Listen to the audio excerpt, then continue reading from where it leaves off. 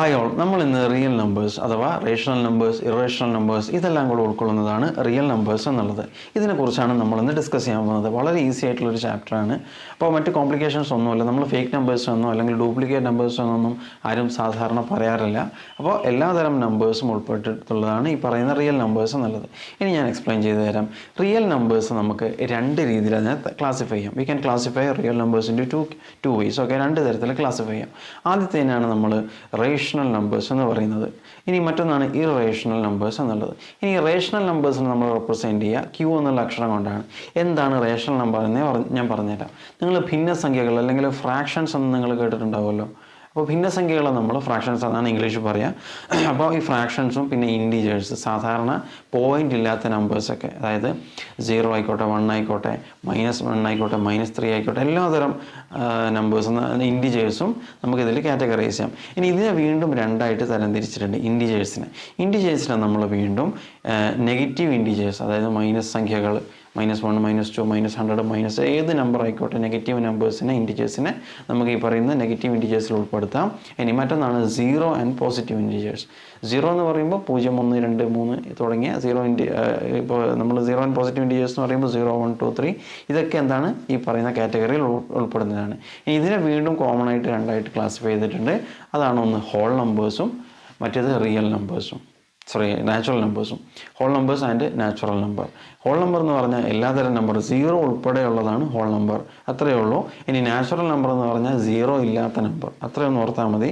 Natural എന്ന് പറഞ്ഞാൽ തന്നെ നമ്മൾ എണ്ണുന്ന സംഖ്യകളല്ലേ. അപ്പോൾ എണ്ണുമ്പോൾ നമ്മൾ ഒരിക്കലും ഈ പറഞ്ഞ 0 എണ്ണത്തിൽപ്പെടുത്തില്ല. ഇല്ല എന്നുള്ള അർത്ഥത്തിലാണ് 0 ഉപയോഗിക്കുക. പക്ഷെ എണ്ണുമ്പോഴെപ്പോഴും 0 നമ്മൾ പറയാറില്ല, ഇല്ലല്ലോ. എണ്ണൽ സംഖ്യകളായ 1, 2, 3, 4 ഇതൊക്കെ നമ്മൾ നാച്ചുറൽ നമ്പേഴ്സിലാണ് പറയാം. ഇനി ഇതൊക്കെ ഓരോ ലെറ്റേഴ്സ് കൊണ്ട് നമുക്ക് സൂചിപ്പിക്കാം. ഓക്കെ, അപ്പം ഞാൻ പറഞ്ഞ പോലെ റേഷണൽ നമ്പേഴ്സിനെ നമ്മൾ ക്യൂ എന്നുള്ള അക്ഷരം കൊണ്ട് സൂചിപ്പിക്കാം. ഇറേഷണൽ നമ്പേഴ്സിനെ നമുക്ക് പി എന്നുള്ള അക്ഷരം കൊണ്ട് സൂചിപ്പിക്കാം. ഇറേഷണൽ നമ്പർ ഞാൻ എന്താണെന്ന് എക്സ്പ്ലെയിൻ ചെയ്തു തരാം. ഇനി ഈ പറയുന്ന റേഷണൽ നമ്പേഴ്സ് രണ്ടായിട്ട് തരംതിരിച്ചിട്ടുണ്ട്. അത് ഫ്രാക്ഷൻസ് നമ്മൾ P/Q എന്നുള്ള ഫോമിൽ എഴുതാം. ഇനി ഇൻഡിജേഴ്സ് ഞാൻ പറഞ്ഞു വീണ്ടും രണ്ട് തരത്തിലുണ്ട്, negative integer and zero and positive integer. ഇങ്ങനെ രണ്ട് കാറ്റഗറിയിൽ. ഈ സീറോ ആൻഡ് പോസിറ്റീവ് ഇൻഡിജറിനെ നമുക്ക് വീണ്ടും രണ്ട് ഇതായിട്ട് തരംതിരിക്കാം. ഹോൾ നമ്പർ അത് തന്നെ W എന്നുള്ള അക്ഷരം കൊണ്ട് സൂചിപ്പിക്കാം. നാച്ചുറൽ നമ്പറിൽ നമ്മൾ N എന്നുള്ള അക്ഷരം കൊണ്ട് സൂചിപ്പിക്കാം. അപ്പോൾ ഇത്രയൊന്നും മനസ്സിലോർക്കുക. ഇനി ഒരു ചിത്രം കാണിച്ചു തരാം. അപ്പോൾ നിങ്ങൾക്ക് കുറേ കൂടെ ഈസി ആയിട്ട് മനസ്സിലാവും. ഞാൻ പറഞ്ഞു ഇതാണ് ഈ ഒരു വലിയ സർക്കിൾ നിങ്ങൾ കണ്ടല്ലോ, റിയൽ നമ്പേഴ്സ് എന്നുള്ളത്. അതിനെ രണ്ടായിട്ട് കാറ്റഗറി ചെയ്തു. പറഞ്ഞു P എന്നുള്ളത് എന്താണ്, ഇറേഷണൽ നമ്പറാണെന്ന് ഞാൻ പറഞ്ഞു. ഇനി റേഷണൽ നമ്പർ നമ്മൾ Q എന്നുള്ള അക്ഷരം കൊണ്ടാണ് സൂചിപ്പിക്കുക.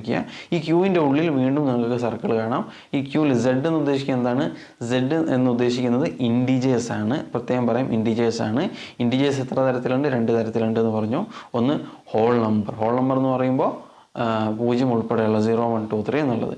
ഇനി N എന്നുള്ളത് എന്താണ്, N എന്നുള്ളത് നാച്ചുറൽ നമ്പേഴ്സാണ്. ഓക്കെ, അപ്പോൾ ഇത് നിങ്ങൾ ഓർക്കുക. Z എന്ന് പറയും ഇൻഡിജേഴ്സിൽ എന്തൊക്കെ വരും, നെഗറ്റീവ് ആൻഡ് പോസിറ്റീവ് ഇൻഡിജേഴ്സ് അത് വരും.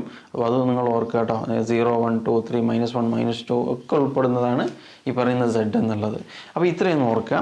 ഇനി പറയേണ്ട കാര്യം, നമ്മൾ ഫ്രാക്ഷൻസ് P/Q എന്ന് എഴുതി നിങ്ങൾ ശ്രദ്ധിച്ചല്ലോ ഈ ഒരു സംഭവം. ഇതിനെ ഞാനൊന്നും ഇങ്ങോട്ട് മാറ്റി എഴുതാം, ശ്രദ്ധിക്കണം. ഇപ്പോൾ നമ്മൾ P/Q എന്നുള്ള ഫോമിൽ നമുക്ക് ഒരു നമ്പറിനെ നമുക്ക് എഴുതാൻ പറ്റുമെങ്കിൽ നമ്മളതിനെ സിമ്പിളായിട്ട് റേഷണൽ നമ്പർ എന്നാണ് പറയുക. ഇനി അത് കഴിഞ്ഞിട്ട് ഞാൻ ഇറേഷണൽ നമ്പർ പറഞ്ഞുതരാം. സിമ്പിളായിട്ട് പറഞ്ഞാൽ നിങ്ങൾ ഇങ്ങനെ എടുക്കുക, 5/2 എന്നെടുക്കുക. ഈ 5 എന്നുള്ളത് എന്താണ്, ഈ പറയുന്ന ഹോൾ നമ്പറാണല്ലോ. പിന്നെ 2 ഹോൾ നമ്പറാണ്, ഇൻഡിജേഴ്സാണ്. അപ്പോൾ 5ഉം ഇൻഡിജറാണ്, 2ഉം ഇൻഡിജറാണ്. അപ്പോൾ മുകളിലും താഴെയും ഇൻഡിജർ വന്നാൽ അതിൻ്റെ അർത്ഥം അത് എന്താവും, അതിൻ്റെ അർത്ഥം ഈ പറയുന്നത് ഒരു റേഷണൽ നമ്പറാണെന്ന്. പക്ഷേ അടിയിൽ എന്ത് വരാൻ പാടില്ല, അതായത് ഡിനോമിനേറ്റർ സൈഡിൽ നമ്മൾ ഈ അടിയിൽ എഴുതുന്നതിന് നമ്മൾ ഡിനോമിനേറ്റർ എന്നാണല്ലോ പറയുക, അല്ലെങ്കിൽ മലയാളത്തിൽ അതിന് എന്താണ് ഛേദം എന്നാണ് പറയുക. അപ്പോൾ ഈ അടിയിൽ എഴുതുമ്പോൾ അല്ലെങ്കിൽ ഡിനോമിനേറ്ററിൽ എഴുതുമ്പോൾ നമുക്കതിനെ നോക്കിയോ, ഇവിടെ 0 എന്ന് എഴുതിയെന്ന് നിങ്ങൾ വിചാരിക്കുക. ജസ്റ്റ് ഒന്ന് ഇമാജിൻ ചെയ്യാം. ഞാൻ ചോദിക്കട്ടെ, 5/0 എന്താ, അല്ലെങ്കിൽ എനി നമ്പർ /0 എന്താ? ചിലർ വിചാരിക്കും ആൻസർ 0 ആണോ എന്ന്. ഒരിക്കലും അല്ല. കാരണം 0 × 0 എന്നുള്ളത് മുകളിലുള്ള 5 കിട്ടുമോ, ഇല്ല, 0 ആണ് കിട്ടുക. ഞാൻ ഒന്നുകൂടെ ഉദാഹരണം സിമ്പിളാക്കി പറഞ്ഞാൽ, 10നെ 2 കൊണ്ട് ഹരിച്ചാൽ 10/2 = 5 എന്ന് നമുക്കറിയാം. 5 ആണല്ലോ. ഇനി 5 × 2 എന്ന് പറയുന്നത് മുകളിലുള്ള 10 നമുക്ക് കിട്ടണം. അപ്പോൾ ഈ റൂൾ ശരിയാണ്. പക്ഷേ നിങ്ങൾ എനി നമ്പർ, ഞാൻ എക്സാമ്പിൾ 1 എന്നെടുത്തെന്ന് വിചാരിച്ചോ, 1/0 = എന്താണ്, ഒന്നിനെ 0 കൊണ്ട് ഡിവൈഡ് ചെയ്താൽ അർത്ഥം എന്താണ്?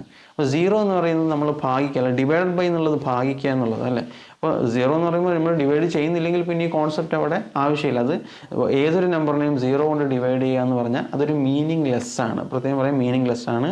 ഇപ്പോൾ ചിലർ ഇപ്പോൾ ഉദാഹരണത്തിന് 0 ആൻസർ എന്ന് എഴുതിയെന്ന് വിചാരിച്ചോ, 1/0 0 ആണെങ്കിൽ 0 × 0 1 ആണോ?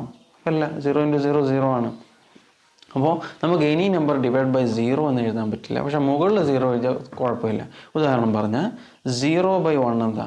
0/1 0/1 നമുക്ക് എന്താ 0 എന്ന് എഴുതാം, കാരണം 0 × 1 0 തന്നെയാണ്, ഈ റൂൾ ഓക്കെയാണ്. പക്ഷേ അടിയിൽ അല്ലെങ്കിൽ ഡിനോമിനേറ്റർ സൈഡിൽ നമുക്ക് 0 എന്ന് എഴുതാൻ പാടില്ല. ഇതിന് വേറൊരു കോൺസെപ്റ്റ് ഉണ്ട്. ഞാൻ മുമ്പ് നമ്മൾ പറഞ്ഞു, ഏത് സബ്ജക്റ്റ് നമ്മൾ പഠിക്കുമ്പോഴും നമുക്കൊരു മോറൽ എത്തിക്സ് അല്ലെങ്കിൽ മോറൽ വാല്യൂ, നമുക്കൊരു ഹ്യൂമാനിറ്റി സൈഡ് നമുക്ക് ഏത് സബ്ജക്റ്റിലും ഫീൽ ചെയ്യാൻ നമുക്ക് പറ്റണം. അപ്പോൾ ഈ സയൻസ് പഠിക്കുമ്പോൾ ഒരു മനുഷ്യത്വം കൂടെ നമുക്ക് ഉണ്ടാവണം, അല്ലാതെ സയൻസ് ഒരുപാട് പഠിച്ച് കുറേ എന്താ പറയുക സമൂഹത്തിന് ദോഷമായ രീതിയിൽ മറ്റേ വെപ്പൺസോ അല്ലെങ്കിൽ മാരകായുധങ്ങളോ അല്ലെങ്കിൽ ബോംബോ നമ്മളിപ്പോൾ കാണുന്നുണ്ട്. പല ഡെവലപ്ഡ് കൺട്രീസ്, അമേരിക്ക പോലുള്ള കൺട്രീസൊക്കെ ഓരോ ക്രൈം പല രാജ്യങ്ങളോട് ചെയ്യുന്നത്. അപ്പോൾ ഒരിക്കലും നമ്മളെ ടെക്നോളജി മോശമായിട്ട് ഉപയോഗിക്കാൻ പാടില്ല. എന്നാലും ആ ഒരു ലോജിക് സെൻസ് മനസ്സിലാക്കാൻ വേണ്ടി പറയുന്നതാണ്. സിമ്പിളായിട്ട് നമ്മൾ പറയും 5/5 ഏതൊന്നിനും തുല്യമായത്. നമുക്ക് നമ്മുടെ മൂല്യം നമുക്ക് തിരിച്ചറിയണമെങ്കിൽ നമ്മൾ നമ്മളെ തന്നെ കമ്പയർ ചെയ്ത് നോക്കണം. അപ്പോൾ നമുക്ക് ഒന്നിൻ്റെ വില മനസ്സിലാവും. അല്ലെങ്കിൽ 100/100 1, 1000/1000 1, any number divide by the same number നമുക്ക് 1 എന്ന് എഴുതാമല്ലോ. അതുപോലെ നമ്മൾ എന്തൊന്നിനും തുല്യമായി അതുമായിട്ട് തുല്യമായിട്ട് അതിനെ കമ്പയർ ചെയ്താൽ നമുക്ക് ഒന്നിന്, അതായത് 1 എന്നുള്ളത് ഏകത്വം അല്ലെങ്കിൽ ദൈവത്തിൻ്റെ ഏകത്വം എന്നാണ് നമ്മൾ പറയുക. ഒന്നിന് വേറെ ഒരുപാട് പ്രത്യേകതയുണ്ട്. ഇപ്പോൾ നമ്മുടെ ഫാമിലി ആയിക്കോട്ടെ, റിലീജിയൻ ആയിക്കോട്ടെ, സൊസൈറ്റിയിൽ എന്ത് സംഭവം ആയിക്കോട്ടെ, നമ്മളെയൊക്കെ ഒരുമിപ്പിക്കുന്ന ഫ്രണ്ട്ഷിപ്പ് ആയിക്കോട്ടെ, മറ്റ് ദാമ്പത്യമതങ്ങളായിക്കോട്ടെ, ഒന്നിപ്പിക്കുന്നതൊക്കെ നമ്മളെല്ലാവരും ഒന്നാണ് എന്നുള്ള അർത്ഥത്തിലാണല്ലോ. ഈ എല്ലാവരും ഒന്നാണെന്ന അർത്ഥത്തിൽ പറയുമ്പോൾ അതിൻ്റെ അർത്ഥം നമ്മളൊക്കെ ഈ പരസ്പരം ഡിവൈഡ് ചെയ്യേണ്ട ആൾക്കാരല്ല എന്നുള്ളത്. ഒരുമയോടെ സ്നേഹത്തോടെ ജീവിക്കാൻ വേണ്ടി നമ്മൾ ഈ 1 എന്നുള്ള അർത്ഥം നമ്മൾ ഉപയോഗിക്കും. അപ്പോൾ ഇങ്ങനെ പറയാറുണ്ട്, ഏതൊന്നിനും തുല്യമായത് ആ 1. ഈ 1-ന് ഒരുപാട് പ്രത്യേകത ഉണ്ട്. ഇനി 1 മറ്റൊരു രീതിയിൽ പറഞ്ഞാൽ 0 എന്നുള്ളത് എന്താ?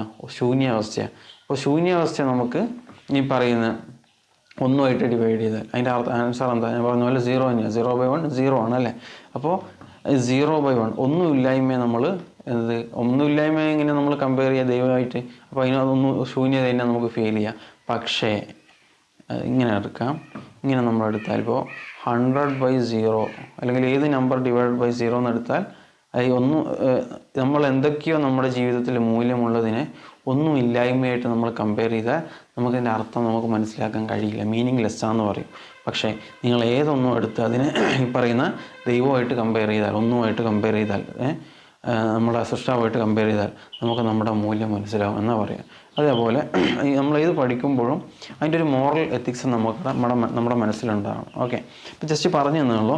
ഇനി ഇറേഷണൽ നമ്പേഴ്സിനെ ജസ്റ്റ് ഒന്ന് പറഞ്ഞു തരാം. നമുക്ക് ഏത് നമ്പേഴ്സ് ആയിക്കോട്ടെ അതിനൊരു പൂർണ്ണതയില്ലാത്ത രീതിയിലുള്ള നമ്പേഴ്സ്, അതായത് ഉദാഹരണം പറഞ്ഞാൽ √2. നമുക്ക് √9 എത്രയാണ്? √9 നമുക്ക് 3 ആണ്, നമുക്കറിയാലോ. √9 3 ആണ്. അപ്പോൾ √4 എത്രയാണ്? 2 ആണ്. വേറെ ഒരുപാട് നമ്പേഴ്സ് ഉണ്ടല്ലോ. ഞാൻ പറഞ്ഞ പോലെ √1 നമുക്കറിയാം, അത് 1 ആണെന്നറിയാം. √3യോ? √3ൻ്റെ വാല്യൂ നമുക്ക് എത്ര കിട്ടുക? √2ൻ്റെ വാല്യൂ എത്ര കിട്ടുക? ഒരു ഓർഡറിൽ പോയാൽ √2 ഏകദേശം 1.41 എന്ന് പറഞ്ഞിട്ട് ഇങ്ങനെ കണ്ടിന്യൂ ആയി പോവുകയല്ലേ ചെയ്യുക. ഒരിക്കലും അതിനൊരു അറ്റം ഉണ്ടാവില്ല. അപ്പോൾ √2 നിങ്ങൾക്ക് ഇവിടെ കാണാം. √2 എന്നുള്ളത് ഒരു ഇറേഷണൽ നമ്പറാണെന്ന് പറയും. അതായത് അതൊരു പൂർണ്ണതയിൽ അവസാനിക്കില്ല, അതിങ്ങനെ കണ്ടിന്യൂ ചെയ്ത് വ്യത്യസ്ത ഡിജിറ്റുകളായിട്ട് ഇങ്ങനെ തുടർന്നു പോകും. അപ്പോൾ ഇങ്ങനെയുള്ള നമ്പേഴ്സിനാണ് ഇറേഷണൽ നമ്പേഴ്സ് എന്ന് പറയുക. ഞാൻ ഒന്നുകൂടി ഉദാഹരണം സിമ്പിളായിട്ട് പറഞ്ഞാൽ കുറച്ച് എക്സാമ്പിൾ നിങ്ങൾക്ക് കാണാം.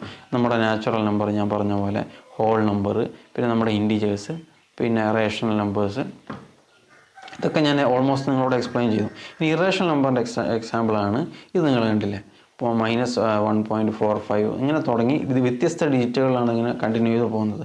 പിന്നെ -c എക്സ്പോണൻഷ്യൽ നൊട്ടേഷൻ, പിന്നെ പൈ, ഇതിനെക്കുറിച്ച് ഒന്ന് ഡീറ്റെയിൽ ആയിട്ട് പറയാനുണ്ട്, ഉടനെ പറയാം. പിന്നെ √2, √3, 3 പോയിൻറ്റ്, ഈ പാറ്റേൺ നിങ്ങളൊക്കെ 3.32789 ഇങ്ങനെ പോകുന്നത്.